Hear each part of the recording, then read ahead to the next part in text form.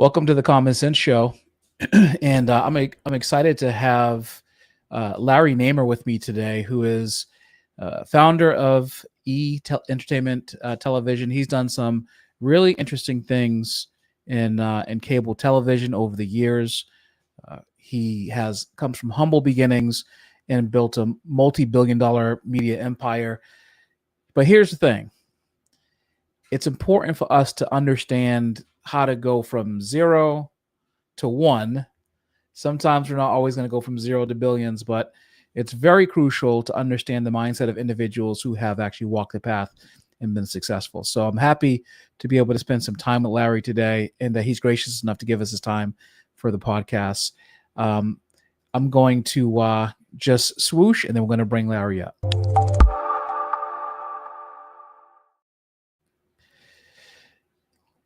Larry, welcome to the Common Sense Show. Well, thank you for having me. Yeah, no worries. So your resume is vast. So condensing your introduction to a few short moments is challenging, to say the least. But everybody has a beginning. So let's start at the beginning. Tell me a little bit about what life was like for you prior to you building and becoming this extremely successful media mogul. Sure. I grew up in Brooklyn before it was trendy Brooklyn. I grew up in Coney Island, which is still the hood, not gentrified yet, but it'll get there sooner or later. Working family. My dad drove a Pepsi Cola truck. My mom worked for the Department of Social Services, and their aspiration for their children was to get a civil service job and have security and be able to retire at 65 and stuff like that. And but I was the first kid to go to college in the family, and that was my dad. The family hails from Turkey originally, and they were trying to live the American dream, and they wanted the kids to go to college and to have a better life than they did. So my dad kind of pushed me into after high school, going to college and stuff, which I myself wasn't necessarily set on, but I had no choice. So I did that. I graduated with a degree in economics, and I quickly realized there weren't many jobs for people with degrees in economics. And so I knew someone who was in the electrical workers union in New York. And I said, hey, I just need like a summer job so I could kind of figure out what I do with my economics degree. And he said, well, we just organized this thing called cable TV. I'm not really sure what it is, but here's the number of the shop steward there. Call them and tell them that the union sent you, and they'll give you a summer job. So, I did that, and I went there, and I think I even lied, didn't tell them that I had a college degree because I figured maybe they wouldn't hire me, because everybody there was, mainly, if they had high school, it was a lot. And so they gave me a job as an assistant underground splicer in Manhattan, $90 a week. And my job was to go under the streets of Manhattan and put the wires together. You were big time, man. $90 a week, splitters, underground. $90 a week, and working with the roaches and the rats and all of that. But it was good. It was a good, what I thought was going to be a summer job. And let me ask you a question. What did you learn from that job? Like, what did you take away? Well, I learned what hard labor was. For one, I mean, lifting the manholes, was not an easy task. I built a little bit of muscle then. Right. Those things are pretty heavy. I think I just learned, it really gave me a work ethic. Right. I mean, literally, you had to be there on time every day at 8:30, and you didn't come out of the, into the daylight till 5 o'clock and stuff like that. But I was a working guy, and the people that I reported to, come to me and they say, Larry, you're using equipment that takes most people a year to learn, and yet you're using it in a week. And I'm like, yeah, I read the instruction booklet. It wasn't exactly rocket science back then, But so I was from an assistant splicer to then I became a splicer, and then I kind of worked my way out of the sewers, and I was a construction guy and a installer, and then a service guy. So I kind of worked my way up through the operation side of the business relatively Right. quickly. It's jobs like that, I think, like you mentioned, that give you the work ethic. I remember when I was 12 years old, the city of Boston, which is where I'm from, had a program for teens, and at that point there were so many empty lots. Now there's buildings, since those neighborhoods have been gentrified like several times over now. But there were so many empty lots that needed to be cleaned up. Weeds as tall as basketball players, and then they had just like a group.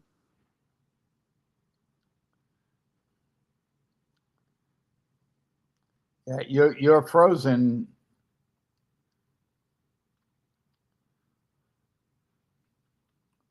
Before minimum wage went up to wherever it is now, I think 7. But I will never forget it. I forgot a lot of the stuff I did in between that, but I'll never forget the fact that you spending time working, what you did, how the summers felt, how heavy those things were, getting stung by bees in the field while you're clearing them, finding trash, stuff. I kind of had the same thing. My parents, again, just literally when I was 12, same age, they just expected you to work. I mean, you didn't get the summer off. You had to get a summer job. And then, after that, you had to get an after school job, where you'd work a few hours after school. And that was just the way everybody did it. So nobody thought it was any different or better or worse. Yeah, no, it's a good point. There's a huge difference. I mean, I don't remember a time since I was 12, one summer where I didn't have a job. My dad, was blue collar. He also had a side cleaning business, and I just remember, on weekend evenings going and clearing trash out of buildings. You just did it. It was an expectation that we were going to go with him and help him out. Yeah, and in the neighborhood that we were in, pretty much we were all the same, and we didn't know that there was another world out there, and and that's the way everybody did it. All my friends also, worked, and that was just the way life was. So was your economics degree actually useless, or did you actually use it for something? Well, it turns out that at the beginning, no. But in later life, I mean, here I am now in Hollywood, and some of the things that I think have differentiated me from most is, I'm ultimately a creative. I mean, that's really what my skill is. But I'm a creative who knows how to read a balance sheet, which made me different than a lot of people in town here. Sure. And then going way back, I actually got called by Bill Gates's office when Bill was still at Microsoft, and Bill wanted someone who knew how to play the media game at a high level, but wasn't beholden to any of the big media companies. So he looked for the guy with the big mouth who really didn't care what Rupert Murdoch thought of him. And so I spent 2.5 years as the Microsoft's primary consultant for interactive TV strategy. So that really gave me an incredible look into technology. And, so here I am in Hollywood. So I'm a guy with an economics degree who's a creative who now understands technology now and where it's going. And, so it just kind of made me very different than most of the people in this town. Yeah, you're definitely a unicorn. I know a bunch of creatives. I have one in my family, and they are not by any stretch business people. I've been a business guy my whole adult life, and if I can't if I can't track it, if there's no forecast to it, if there's no financial statement on it, then it's kind of in some ways unmeasurable to me. But you're right. Those intersection of skills rarely coincide. They really cross paths. Yeah, and it really gave me this this way of looking at things and realizing that no matter how creative and how smart I thought I was, you need to do things that are financially sustainable. Hmm. because we all have the same realities of life. We got to eat, we got to pay the rent and all of that. And, everybody runs off pursuing their passions and things like that. But if you can't make enough money to pay the rent and, put the kids in school and dress, clothe them and all that stuff, you're not going to be able to do it very long. Is that the Hollywood curse? Like people come to Hollywood and then they just expect a script or a director or a TV show producer to drop in their lap, and I mean, I'm sure there's like an element of them thinking that they're going to have to work and find connections, but I can't imagine how many people just kind of bought into that dream. Yeah, I mean, that's one of the the things about life in Hollywood or life in LA that kind of makes me crazy is just see people grow up and particularly women, they beautiful gal goes, she's prettiest girl in high school and everybody's oh, you're so beautiful, you should go to Hollywood and be an actress. And it's just not. And then so you have a disproportionate number of really really pretty gals. And they realized that where they were one of one in their little town, they're now among 10,000 people that look just like them and stuff, and they end up more waitresses than actresses. When you have an economics degree, you understand the concept of spread and deviation in population, so therefore like that definitely comes up and applies, right? Yeah, absolutely. So okay, so here you are. You're learning from your time with Bill Gates and Microsoft. It's and maybe it's from outsiders' perspective looking in. It's quite a leap to go from kind of where you were to what you've done. However, to you, it may not have been a big leap because you may have seen the path to where you ultimately were going. How did you see where the industry was going before it went there? Again, I've always kind of been a person, while I appreciate history and the lessons you could learn from history, I've always just had this thing about, wanting to be where the world is going as opposed to be where the world was. So I always look for, what's the next big thing? What's the next opportunity?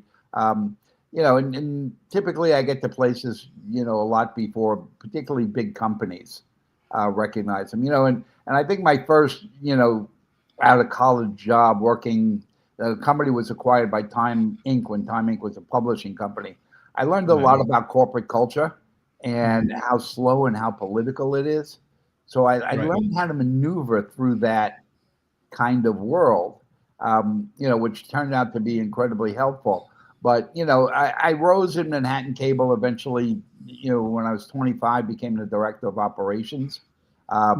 Which was really crazy. I mean, I had all the departments that I used to work for now reported to me. And I think just about everybody was older than me at that time. And so, I was running, department 300 and some odd people at 25. Right. So that was a good lesson in not just business, but lesson in life. And, Yeah. And then what happened was, kind of, but, some years later, all the big cities in the country started to realize that cable TV was more than just good reception. And they all wanted cable, but they wanted the cable to go underground as opposed to on telephone poles, because that's really what it was before. It was all these, rural and suburban communities, and they would just string the wires on telephone poles. Well, the only underground cable system that was built in the country was Manhattan, because we didn't have any telephone poles in Manhattan. And so the city of LA issued a franchise to a Canadian company to be the first 61 channel two-way interactive cable system that was ever going to be built, which at that time was incredibly advanced. And, but the caveat was it had to go underground. Well, the only one who knew how to build underground cable systems around was me. I ended up getting recruited. A crazy thing, they wanted me to come out there and I kept turning them down. And so finally I just made up like crazy, requirements, and they eventually conceded. So I ended up moving to LA. And, when you're a Brooklyn kid, you come out to LA, everybody's going to parties and premieres and hanging out with celebrities. And, so I'm going, wow, that's like really cool. I want to do that. And, I would talk to people at the studio, say, can I get on those lists? And they were like, nah, you're like the phone company or the gas company. Your utility, we're not letting you do it. And then I met someone, I think it was Universal in the marketing department. And I said to the guy, I said, listen, I'm a little confused that, the most valuable, most effective mechanism you have for promoting a movie is the movie trailer, that 2-minute thing. I said, but the only time I ever see a movie trailer is when I'm already in the movies. I said, wouldn't you want me to see that when I'm in my house to make me want to go to the movies? And he said, yeah, but 2 minutes of TV time is too expensive. We really don't do that. I said, great. I'll put your trailers on TV. You put me on those lists. And he said, yeah, if you'll do that. So they literally did that. They sent me all the trailers. And then I got the other studios to kind of follow suit. And we created what was then called the Trailer Channel because we didn't really have a name for it. And when we started doing kind of surveys of audience, I mean, what's your favorite channel? They go, oh, I love CNN, I love ESPN, and I love that Trailer Channel. And I'm going, wait a second, I get the best 2 minutes of a $50 million movie. Then movies are only 50. I said, and people love it. And I kind of filed that in the back of my head. And then the company that I worked for, which was Canadian, they sold out and they moved back to Toronto. And they were like, okay, Larry, when are you going to be in Toronto? I go, never. I said, I'm done with the cold. I said, that ain't happening. I said, I can go from Brooklyn to LA to go to Toronto. That's, So a friend of mine, Alan Marufka, he and I also Alan from the East Coast, we started kicking around saying, let's come up with some ideas to keep us in LA. And he's going, well, I've always been curious, about, how come somebody has never done MTV of the movies? Then MTV was pretty new and they actually showed music videos. Sure. So, I said, wait a second. I said, I had this thing on Valley Cable, which was the Trailer Channel. And, when you think about it, the recording companies are giving, music videos to MTV literally for free, expensive production. And they stand the host in front of a green screen and the host goes, and Madonna has a new video. And I'm going, we could stand a host in front of a green screen and go, and Schwarzenegger has a new movie. So we said, that's great. Let's start MTV of the movies, and initially he was called Movie Time. We thought we were brilliant. We wrote a business plan. And that's where it all starts, Larry. It starts with a business plan. Then it wasn't even word processing. So, you literally had to have a big document. Several hundred pages with probably 100 pages of financial analysis and that. And, we thought we were really smart, but 3.5 years later, we haven't raised 10 cents. And finally, we met someone who said, oh, I know someone on Wall Street who is just starting an investment banking division for this bond company.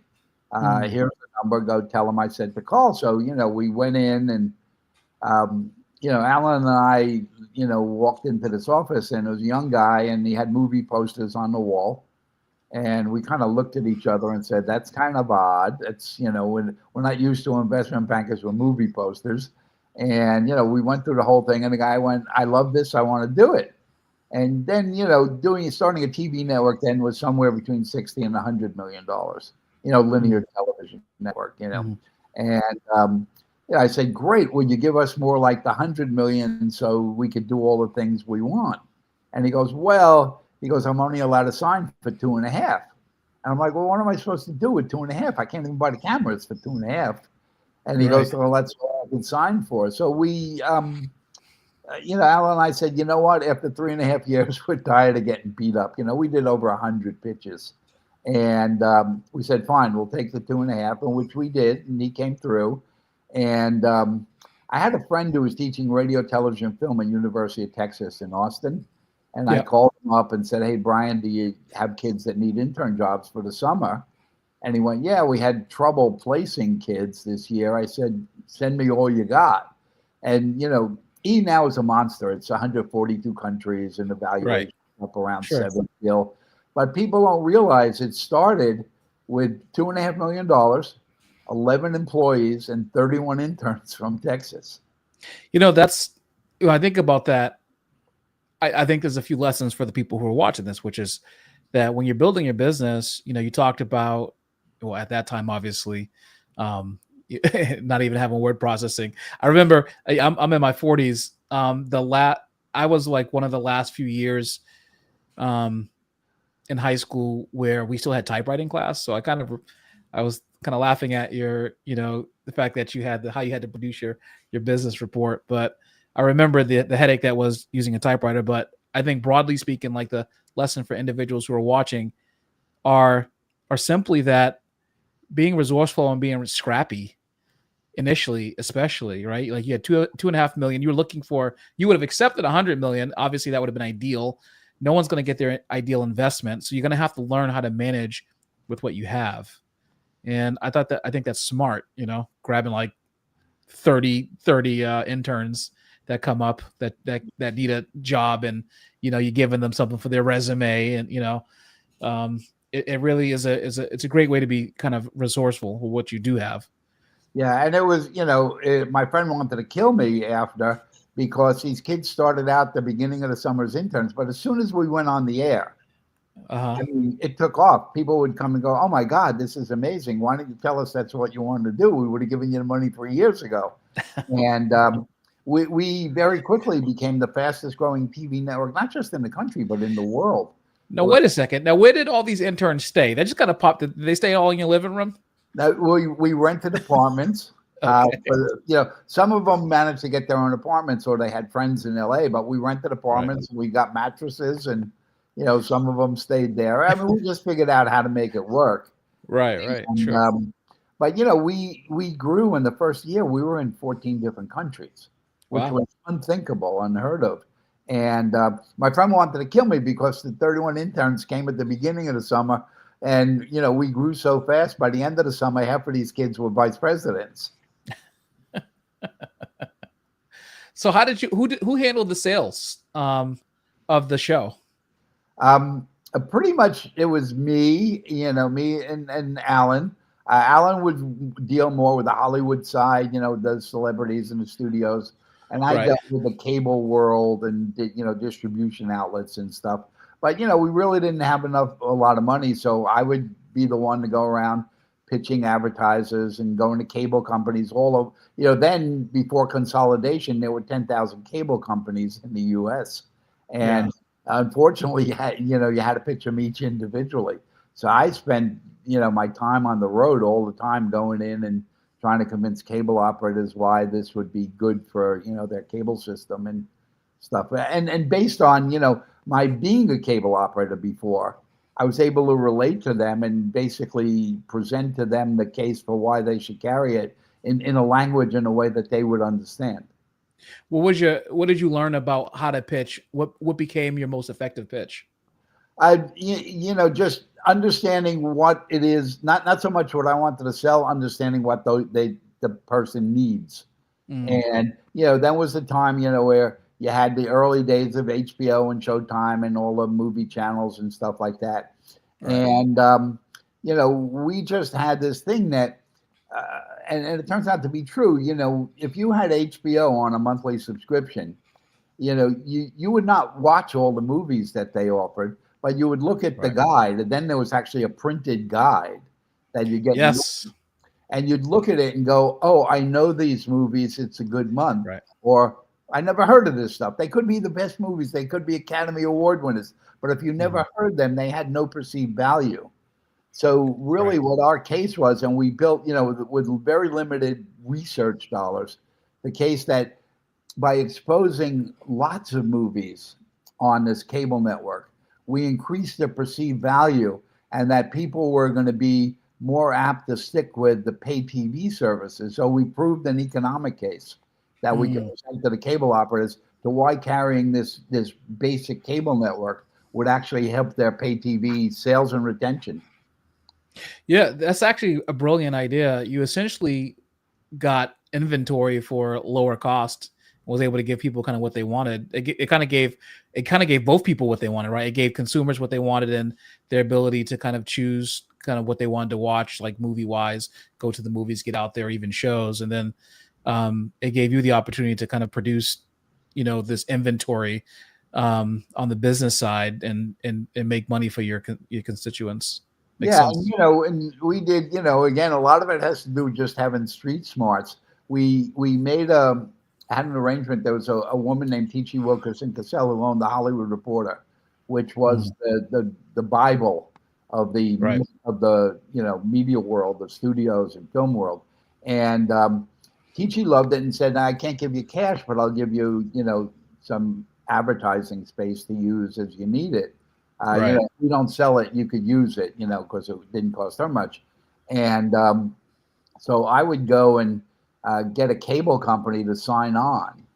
And then we'd take an ad in the Hollywood Reporter going, we'd like to thank so-and-so cable of whatever city of St. Louis for signing on to, the network.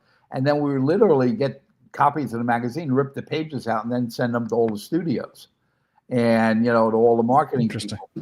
And then, I would get, Universal, I think, was the first one that really bought in. And they would sign on, and then I'd take another ad and go, and we'd like to thank Universal Studios for signing on to Movie Time. And we'd literally do the same thing and then send it to all the cable operators. So we would go literally back and forth, sign a cable operator and promote it to the studios, sign the studio and promote it to the cable operators. And, and then very quickly we became, kind of Hollywood's channel. Because oddly enough, while Hollywood was still kind of the center of the entertainment world, there were no TV networks that were located in Hollywood. And we put ourselves in the middle of that. And, the Hollywood Chamber of Commerce adopted us, and celebrities began to notice us, and, all of that stuff. I mean, look how now 2025 Hollywood has embraced television. It was almost like two distinct entities that would never intertwine, and now you're seeing A-list actors. I mean, these actors that can command $20 million a film doing limited, in some cases limited series, in some cases, perennial series that they just kind of show up again and again and again. They're starting to see the power of what television does to your brand, Absolutely. When we started, it was, the elitists were the filmmakers. Right. And if you did television, you were kind of, and then, when the internet came around, if you did internet content, you were a bug. Right. And stuff. But, then, particularly HBO changed the narrative a lot, in having shows like The Sopranos and stuff like that, where people going, "Oh, wait a second, this stuff is as good as the stuff we see in the theaters." So you show the flock. But then, probably the best thing that's happened to, the whole entertainment world or the visual media world is, I mean, I hate to say it, but there was something good that came out of COVID. I mean, we had Netflix around for the longest time, and people just were like, "Oh God, that's got to be garbage." And then all of a sudden you had to stay in your house and you had no choice but to watch Netflix. And people were going, "Wait a second, this stuff is really good." And, so Netflix just started creating some of the best stuff ever. People tell me, "Larry, don't you feel sad that, television is dead?" And I'm like, television, storytelling, forget television. I don't care how it gets to your house, but if you're watching it on your phone or your TV, I don't care. I'm a storyteller. And, so people got so enamored with streaming during the COVID era, then all of a sudden you saw, Hulu and Paramount Plus and Disney Plus and Apple TV and stuff like that. And, as a storyteller, the streamers brought in this era of, kind of the mini series or limited series, which, I'm sorry, go ahead. No, as someone who's creating something, you're always confined by time. When linear TV, you were confined by time. I mean, your movie had to come in at, 90 minutes or 120 at most. And you'd look at it, "Oh my God, my story is so deep and rich. I don't really have enough time to build these characters." Right. Well, let's talk about that for a minute. I think you're right. I mean, by the time COVID came around, the thing that Netflix had done well for about 8 years or so, I think around that time is that they started investing in original content. Now they turbocharged that even more expeditiously toward COVID, whereas I think around that year, like half of their library actually became original content between 2020 2022. Yep. Like half of their, so like I think you're so spot on about how like you can tell stories in series. I mean, then like 2008 you had Game of Thrones that came out and changed, I mean, everything as well. You talk about Sopranos, like I've never seen more people like up in arms about Sopranos, but Breaking Bad, all these shows started like with these massive character development arcs. And you're like, whoa, this is usually reserved for like the silver screen. Yeah. You don't ever see this on television. Yeah, Like no, as a storyteller, I shocking. mean, I marveled. I go, oh, watch things like Ozark, and go like, Oh, oh my yeah. God! I mean, the writing is beyond. TV's not dead. I mean, it's I don't care what you watch it. I call it whatever you want, Right. but its storytelling has never been better. Yeah. One of the smart ways that I'm kind of like, as you're talking, I'm kind of picking out what you're saying about how you build your businesses. It didn't actually require extraordinary ability to see around the corner. What it required was the extraordinary ability to understand the holes in the market and where you could serve your clientele. And you just kind of kept doing it and hitting it out the park. These people needed something, somewhere to go. Maybe they had never thought about, as you mentioned, a handshake introduction to their audience before they got to the theater. But like that makes a big difference. Like if you can kind of take these I feel like trailers and delivering it to cable, it makes a handshake introduction to an audience that probably otherwise would not have been acquainted at that time specifically with the people who they would normally see in the movies. Because in some cases, some families only go to the movies when there's very specific movies they want to see, whether it's age appropriate for the children, whether it's a special event because they can afford to go, whatever the case is. Like it's very smart to have done that. Yeah, and I think COVID, again, not that I want to say that COVID was good, but there was some good things that came out of it. I mean, pre-COVID, let's say on a Friday, I didn't, I finished up my work early and I go, gee, maybe I'll go to the movies. I would literally look at, what's in the movies around me, the local theaters, and I pick, oh, this looks good. I mean, so I didn't go specifically for a movie. I went to the movies. That was my thing. Right. And then, in these days, I don't do that anymore. I mean, I'll go see like some of the big movies that, I want to see on a big screen. But for the most part, I wait for stuff to come to the streamers or the cable networks or stuff like that. So it's changed it. I mean, the last thing in the world I want to be is, an operator who owns, multi-screen theaters. I mean, Right. the days of needing 16 screens, I think, are over, which then affects how malls are. Mall stuff is getting hit by, the anchors. It used to be the AMC theaters would anchor, and Sears would be at the other end. Well, retail kind of changed with, online buying, and now movie going has changed. So they got to think of other uses. How do you use those big multiplex theaters? But also, how do you repurpose malls into something that's going to bring people in when they're not coming necessarily to shop for a pair of jeans? I have a slight digression for you because this is actually a passion topic of mine about malls and mall centers.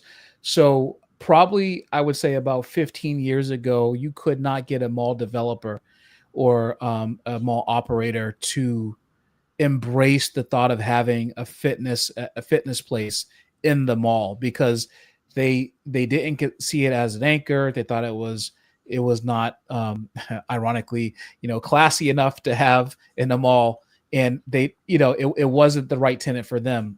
However, when fitness started getting billions of dollars in private equity money, becoming private equity backed, growing like wildfire, and developing like recurring revenue models where they would have these members that would come in and pay like $200, $300, $400 a month for their memberships to be a part of the club. They started changing their view on fitness as anchor places. I sold a company back in 2023 that was in the health and fitness space. I used to get calls even from places in LA developers wanting to put my franchise model inside their mall, the shopping place that they were building. But you're right, like malls and their desires and what they consider as anchors to the malls, all this stuff has changed over the years based off what they see economically with the trends in consumerism and shopping. So, but like as it relates to movies, no, you're right. Like, it is smart for like these movie houses in one way to invest in, standalone, theaters, and have that asset of the real estate. But like now with the introduction of a lot more original content, I see a lot of half empty theaters, except for ironically, the thing that fills the theater now is still like Star Wars from like the 70s, right? It's like it's not like anything like new. Yeah, you got to kind of invent experiences. Yeah. It's beyond just showing a movie. You got to create an experience. So, I don't think anybody's ever going to need 16 screens again. Yeah. But, there are some great things you could do. I mean, you take things that are underserved, like foreign films or indie films. I mean, Tuesday night's not a great theater night. Why don't you make it horror night and then make Wednesday, indie film night and stuff? But then make it more of an experience. Have the filmmaker there to show the movie and then do a talk and stuff. So people who are fans of it typically are passionate about the genre that they love. Like my kids, love the horror genre. And if so-and-so from Scream 78 is going to be there, I mean, they'll go. Because that changes. They can't just watch that on television. Yeah. No, it's true. So Larry, why entertainment television? Why in the world would anybody want to, like, what made you say people want to watch celebrities 24/7? Well, Alan and I always kind of laughed because we just said, how could people miss the fact that the world loves celebrities and gossip and stuff like that? And we always saw it as a big genre. We said it's global. It's not just the U.S. thing. I mean, when you think about the networks that were out there, you say, okay, the Weather Channel, well, why would anybody outside, the U.S. or outside of Boston care about weather, in other places? I mean, and we just looked at it and said, everybody loves this Hollywood stuff and everybody knows it. And Hollywood is still thought of as the center of the world for, visual entertainment. And so for us, it was kind of a no-brainer. I mean, we said, this is not, rocket science. But the one thing we did, which I think really changed the game, number one, that saying that necessity is the mother of invention. Everybody was used to these very stiff shows. It would be, oh, Tom Cruise, tell us about your next movie. We were like, this is funny stuff. Don't try and make believe it's rocket science. And again, what a lot of people don't realize that in the first year we applied for credentials to get on the red carpet for the Oscars, and we got rejected. And we got a really nasty note saying, "You guys are some dumb little cable network. We're never going to get you credentials." And being essentially street kids and interns, we just said, "This is BS." So literally, we climbed over the fence and we snuck into the Academy Awards and we're on the red carpet. But that's awesome. Here we are with our used cameras because we couldn't afford the new stuff, and just with that sensibility that Hollywood is funny stuff. Don't try and make believe it's rocket science. And so while everybody's going, so Mr. Cruise, tell me about your next movie. We'd be there going, whoa, Tom, those are great shoes. Where'd you get those? Like, what do you do with kids on the weekend? And when people watched it, we put it on, we were getting comments, people going, oh my God, that looked like pirate television. It looked like we were watching something we're not supposed to. And that kind of, broadened it out that, the world was ready for much more genuine, authentic look at, the TV and film world. In some particular ways, those questions, what you were doing was setting the stage for social media. Like, I know it's not exactly social media, but that's like what you did have the elements of what social media is, like kind of like the raw, authentic questions that nobody normally would ask, like, getting something different, a different side of a person, those are all the elements of theoretically what social media was supposed to be, but it's not exactly what it is now. But it's very smart. Yeah, I mean, we were early on. I mean, look, and again, necessity. Not so much like it was thought out design, but Sure. we ended up looking back. We were pretty smart with some things. We just looked at the fact that Hollywood is going to stop being the geographic place you had to come to make visual entertainment, and really was going to become more of a state of mind, more of a level of quality and creativity and stuff. But as technology brought down the prices of being able to create visual entertainment, we just said it's going to spread all around the world. Germany doesn't have to buy TV shows from the US anymore. They can make their own. Right. Yeah. And so that's why we concentrated on, really getting out there and building the foreign markets and stuff. And we had a subject matter that everybody's interested in. I mean, everybody knew who Tom Cruise was. They knew who Schwarzenegger was.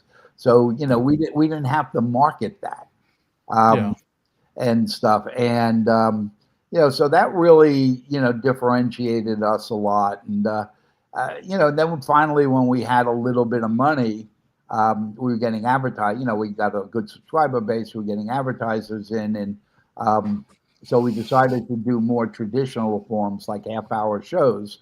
Right. And, again, because we never took this really seriously. I mean, the first time I went back to the team and said, hey, guys, I want to do a TV show that makes fun of TV shows. And they were like, what? I go, did you ever watch shows like Jerry Springer and things like that? I said, they're hilarious. Right. So they go, you can't do that. You can't do a TV show that makes fun of TV. It's like, and I'm going like, why not? And, when we contacted, and I think Springer was the first one to really see the value of what we did. He goes, you know what? He goes, I'll give you all the clips you want. He goes, the fact that you're going to expose people who are not my audience today into becoming my audience, sure. I mean, they want to laugh at me, let them laugh at me. But as long as they watch me, we can monetize that. And, exactly. So everybody laughed at Talk Soup, but, Talk Soup went on and ran 26 years.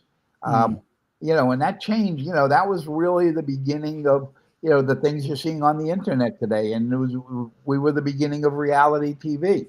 The next one, we met a guy in an elevator in New York, and he was telling us, oh, I'm a big radio guy in LA and in New York. And we're like, yeah, of course you are. And we went and watched his radio show. And I went back to the team and said, I want to put cameras in this guy's radio studio. And they were like, Larry, when you wanted to do Talk Soup, we thought you're out of your mind. But, radio's been dead for 40 years. Why would we do that? And I'm going, no, you don't understand. I said, this is not just a radio show. This is an ensemble comedy. Right. I said, when you look at, there used to be a TV show in the U.S. very popular called WKRP in Cincinnati, which was about a team of people putting on a radio show, and it was hilarious. And you had all these different characters. I said, this is the reality TV version of WKRP in Cincinnati, and, that guy was Howard Stern, and, Howard kind of went on to do pretty well. Yeah, he made a couple bucks. Yeah.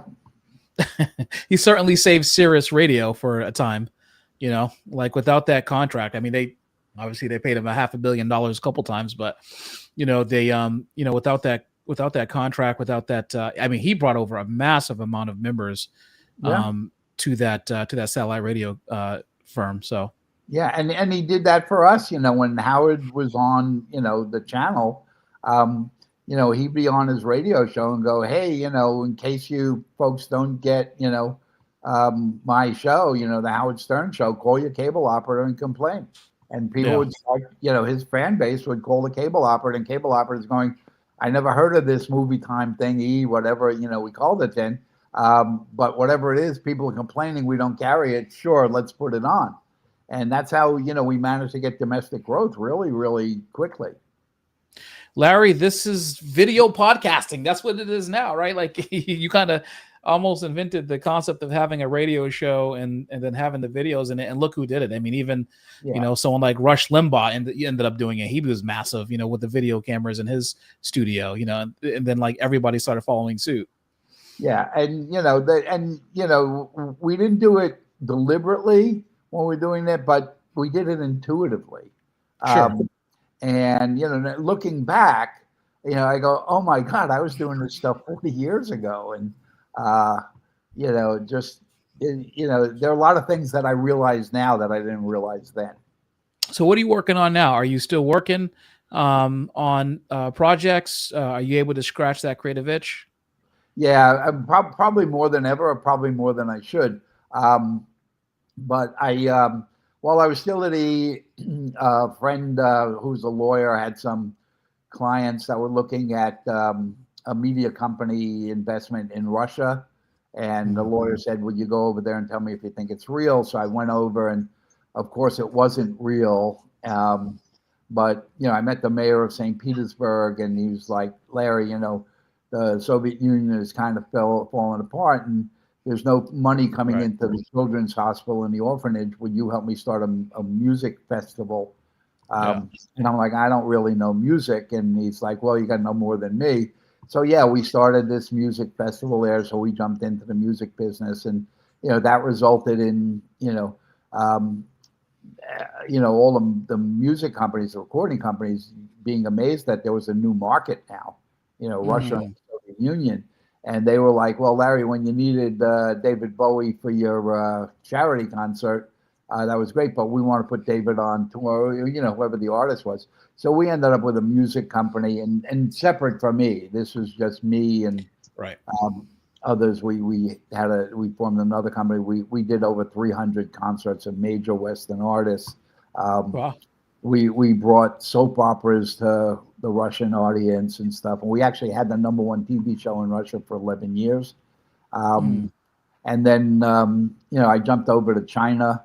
And I started a media company there, which I still have. I think we're still the only Western company that's legally allowed to operate as a media company in China. We do TV, film, internet content, branded.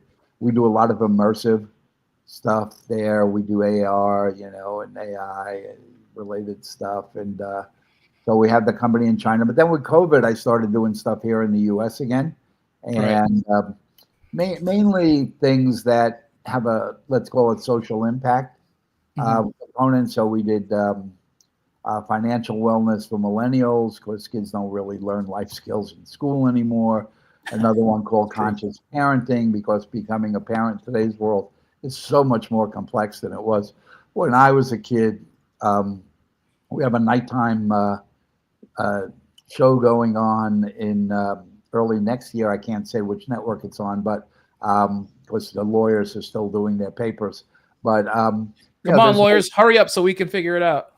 There's no women in late night television in this country, and everybody's looking at the decline of late night TV here. And I'm going, did you ever think that maybe it's because it's boring?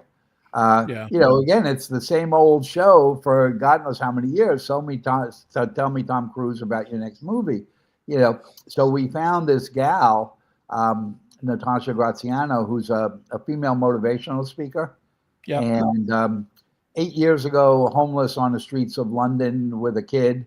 You go to 8 years later, she's living in Bel Air, life coaching will.i.am and Steve Aoki and all these major celebrities. So we're doing a late night talk show with her, which is it's motivational, inspirational, and it's not promotional.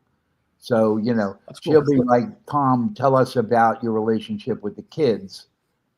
More than, she's tell us about your next movie. And then more recently, we jumped into the podcast world. The first one, a lot of women in town, always like, Larry, you got to help us. We need a voice in media. And I was like, oh, I'm busy. I don't. But then, with COVID, I have time. I have a little more time. So we started a podcast, which is a phenomenon that always fascinated me, but nobody would ever put it on television. But with podcasting, the barriers to entry are lower and there's no gatekeepers. But, you go out to dinner with a few couples and one woman says, I got to go to the restroom. And then they all get up and go. And like guys are sitting there going, where are they? What are they doing? What are they talking about in there? And why is it always the restroom? Because it's a way to get away and have conversations they don't want us to hear. Right. And, and I said, guys, we'll talk to each other about sports. We'll talk about business. but we don't talk to each other about our feelings and things like that. But I think there's this underlying camaraderie that women share that us men don't necessarily get. Yeah. And so we created a podcast called Stall Talk, which is really, it's like those conversations which women typically only have with each other. Yeah. Have women from 4 different generations, and they'll talk about anything and everything. And it's fascinating to see the difference in opinions that different generations may have on the same subject. And now the new one that we're doing, which I think is sorely, sorely needed. This country, if you really look at the history, we were built on the backs of immigrants. We had waves of immigrants that come in and played enormous, roles in building this country into what it is. The Chinese came in and built, and the Irish built the railroads, and and all of that. And so we've lost that perspective. We've kind of, particularly the last decade, began to think of all immigrants as illegals, and that's the furthest thing. We've changed the narrative on immigration. I mean, immigration in itself, when done legally and organized, has been tremendously beneficial. Absolutely. Illegal immigration is a whole other story, but I teamed up with these folks that started a magazine called Immigrant. And what we're doing is we're starting a podcast to tell immigrant stories, just the positive stories of all the things that have helped society and humanity, past and present. Yeah. And we're launching that next month.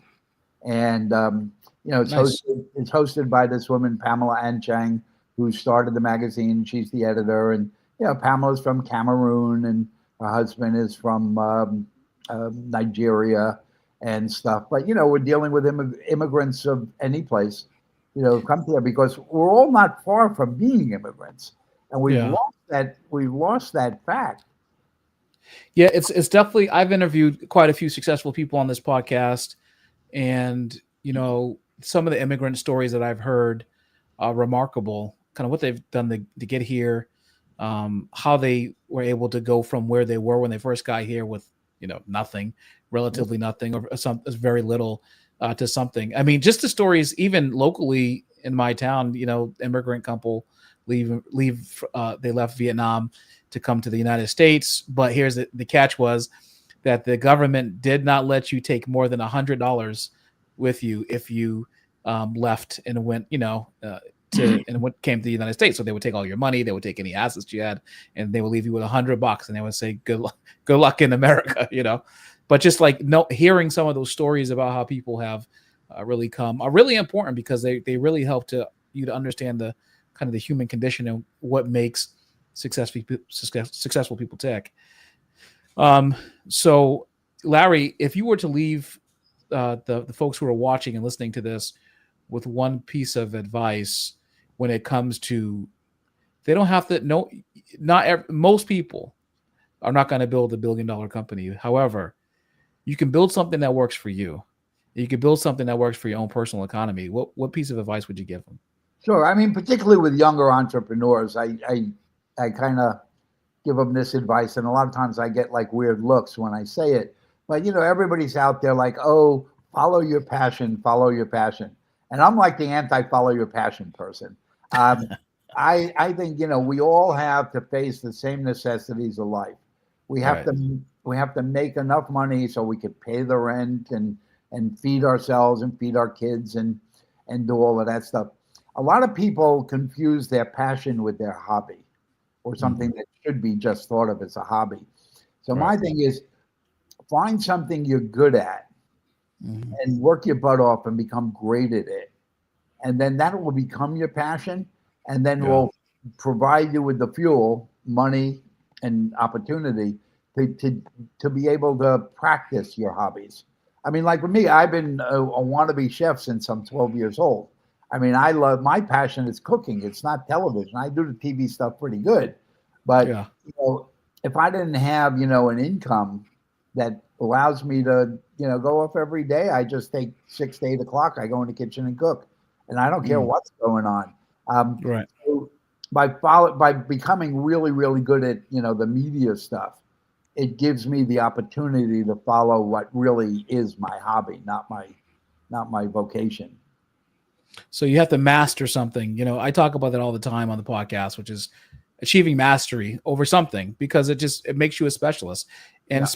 specialists are sought out for what they know, right? Generalists are sought out last. And just going back to your own example, I can kind of identify pretty clearly in your early years of working, being in the sewer, rats, cockroaches, dirt, grime, et cetera, et cetera. You became a master at what you knew. That's why those companies sought you out. That's why they flew you to where they wanted to work with you. It's because they saw something special in you that you mastered, and it made you rise above everybody else who maybe had an idea of what they were doing, but not to the level that you did, because Yeah. you kind of You know, turbocharged that. it's kind of interesting because I think everybody in every field has begun to realize that you really have to understand media. Yeah. Um, and you have to have a presence on social media, and you have to know how to make videos, whether they be long form or TikToks or, anything in between. So I get now, and I do it once in a while if I really believe in it. People that are not necessarily in the media business that come to me and say, "Would you consult to my company and help Right. lead us into this new era?" Because we realize no matter what we do, we need to be part of that world. We need Yeah. to have that kind of presence on social media. And most of the social media stuff is, how great your video presentations are. Yeah. Yeah. Yeah. No, that makes sense. So in that case, then you'll be expecting the email from me about consulting on this podcast and making it an international success.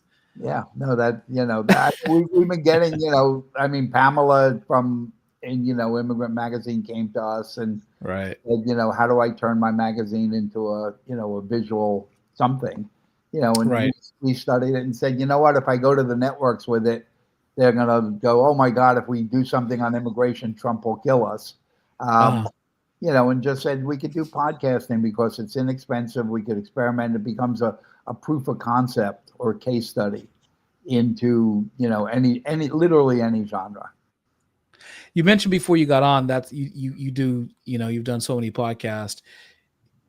I'm assuming you do so many podcasts because you see the uniqueness of having a podcast. In this case, it's long form because we're talking now for quite some time. What is it that you see in podcasting? Is it the wave of the future? Is it the new media? Yeah, I think it's part of it. Now it's kind of funny because everybody thinks what they do is going to replace what was, and it doesn't. It Yeah. becomes part of the equation, doesn't replace it. I mean, Right. again, when I got in, people go, "Oh my God, cable TV is going to kill broadcast television." Then Right. home box office is going to kill the movie studios, and then the internet's going to kill everything before it. Mhm. Um, you know, and then reality TV is going to replace all other forms of TV. It normalizes after a Yeah. point, it becomes part of it. Now, the big rage in the world, particularly in Hollywood now, is, vertical dramas where Yeah. people are shooting vertical format, shooting these little 1 minute or 2 minute, breaking a 90-minute movie into segments and serializing it and stuff. It's we're in the enthusiasm uh, phase. It'll normalize. It'll become part of the equation. It doesn't replace the equation. But you got Right. to understand it. And you got to realize that part of what was your audience is going to gravitate towards those things. How do you satisfy their need versus ignore their need? Yeah. Yeah. No, that's a good point. I mean, that's something that, from just a podcaster's perspective myself, I take a look at all the time. Getting incrementally better at what you do is something that I'm passionate about, generally speaking, but specifically with the podcast. I always try to learn something from a previous show or something that I observed when I'm rewatching, one of the podcasts. And I feel like the cream of the crop when it comes to podcasting will rise to the top, and then the people who are not as great will obviously just fall off and they'll go somewhere else. But I think that people who are serious about it and who have a little bit creative instinct and understand the market might be able to at least make their own community pretty strong. And there's a lot of brand representation and advertising in podcasting specifically for creators that have a community. It doesn't have to, it no longer has to be, 50 million people. It could be, 5,000-10,000 people as a community, Yeah, I think as long as you can get to 10,000 in today's world, you're good. I mean, and to me, it's very similar to, when the rise of basic cable networks. I mean, we picked off niches. You used to watch, have to watch Entertainment Tonight to get 20 seconds on a new movie coming out this weekend. We just expanded it, getting it 24 hours a day. You used to have to watch the news at 11 o'clock to get the weather for tomorrow, and then the Weather Channel came. I remember that. Yeah. Podcasting's no different. I mean, it's giving smaller and smaller audiences or, groups the ability to get stuff that is normally not going to be covered by big media because the economics don't work. Right. I covered so the California fires. I covered when the insurers were largely 60-70% of them were leaving the state of California, and I was sharing some specific. It wasn't anybody I knew. It was just specific news stories that I saw that I thought was compelling or whatever. That particular podcast got many thousands of views and tens of thousands of watch hours, and it was really the comments though that I found interesting. Right, I had a few people comment and just thanking me for covering it. Same thing. Like when you look at Stall Talk, which we did 30 episodes of Stall Talk, we're ready to go back into production now. We kind of took the summer off, but we get the same thing. People commenting, going, "Oh my God, these are conversations I never thought I would see." Right. And, because again, I shoot that show. I just have this theory that whenever you have new technology, visual technology, people are very forgiving of poor quality. So everybody runs to do it. You got millions of podcasts now, and people buy a $40 camera and they stick a lamp over their head and they go, "Hey, I'm a podcaster." But what happens is over time, several things happen. Number one, you can't monetize bad content because no brand wants to be next to it. Yeah, true. And then again, necessities of life. You end up going, I'm putting so much time in, there's no money. I got to eat and I got to go to school. And now I'm married and got a kid. But also, from a human level, over time, the eye and the brain begins to expect higher quality. Whatever the new thing is. I mean, just look at, we went from beta to VHS and, things like that. I mean, streaming used to be 6 frames a second. When streaming started, people move like little robots. And then everybody said, okay, the audience is fascinated by that now, but they're not going to stay fascinated forever when their eye is used to 30 frames or 60 frames a second. So with Stall Talk, we shoot it in a podcast studio that has a lighting grid, and we light it properly, and we do the audio properly, and we have somebody on the board doing live switches. We use 3 cameras. We shoot it in 4K, and then we actually touch it up and edit and stuff. So when you look at it, it looks like a TV talk show because we have guests on. We have multiple hosts and guests on and stuff like that. And I talk to people, like at the networks and go, "This is a younger, hipper version of The View." And they're like, "Oh, come on, Larry. Women under 40 don't watch television." And I'm going, well, maybe it's because you don't put anything on television that they may want to watch. And they look at me like, what do you mean? I go, if you don't put anything on that they want to watch, why would they watch it? I mean, you don't have to be a genius to figure that one out. And but I think podcasting needs to move to, get rid of the clutter. Everybody thinks they're a podcaster now, and you're going to come up with people who really know what they're doing and figure out how to monetize it, because if you can't, you're not going to last very long. And, and you got to improve the quality. It's got to become more appealing to the eye. Yeah, it's funny that you mentioned this, because that's kind of like been my strategy, right? So every year I try to invest in, another piece of equipment or upgrade something small, try to get better at editing, try to, have better clips, whatever, you kind of see how the market's responding, and then you kind of just invest and you push towards that. But Larry Namer, I appreciate your time today. I know we're kind of over an hour. I don't want to take up too much of your time. But your story is fascinating. A boy from Brooklyn. So try to say that 3 times fast. And I'm from Boston, so you Brooklyn boys, like we keep our eyes on you guys. You know what I mean? And we laugh at you, so we just we call it, Boston is a city that wants to be New York, and no matter how hard they try, they never get there. We have an ocean to one side, so we have to be careful. Yeah, Can't expand too far. You guys talk funny, and other than clam chowder, you don't really have a cuisine. So, touche. Well, Larry, I appreciate your time today. I appreciate you sharing your experience, because ultimately we learn from people like you, who, despite being from Brooklyn, has been successful and in all your ventures, and like just how you've thought about business, the things that you've been able to satisfy for your clients, and generally like how you think about putting things out there, filling market holes is something that I think that we can all learn from. So I appreciate you.